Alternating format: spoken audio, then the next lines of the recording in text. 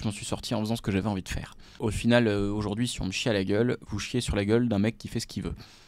Donc c'est cool. Moi, j'ai trouvé le réconfort du gros mal-être que j'avais quand j'étais adolescent en faisant ce qui me faisait plaisir avant tout.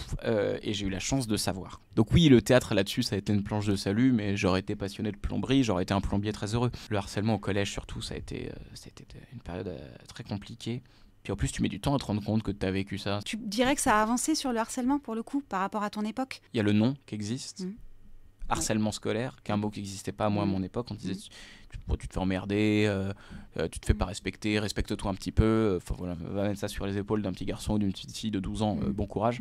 Malgré ça, il y a toujours plein de gens qui disent ouais, mais moi je continue de me faire harceler, moi je me fais harceler, moi j'ai été harcelé. Donc tout le monde est d'accord pour dire que c'est pas bien, mais il y a toujours plein de gens qui en sont victimes.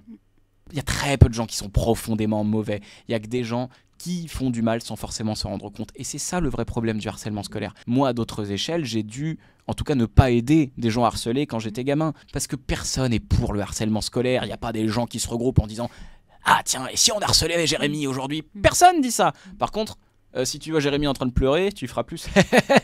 Le vrai harcèlement, c'est celui qu'on ne peut pas définir, qu'on ne peut pas attraper, qu'on ne peut pas pointer du doigt. Tout le monde est contre les méchants et pour les gentils. Mais le problème du harcèlement scolaire, c'est que c'est pas aussi simple que ça. Et que des fois, même les auteurs de violence ne se rendent pas compte qu'ils sont en train de pourrir la vie d'un gamin. Le vrai travail, il est pas tant...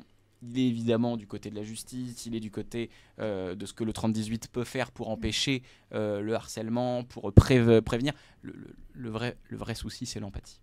Et le cœur de la solution, c'est l'empathie.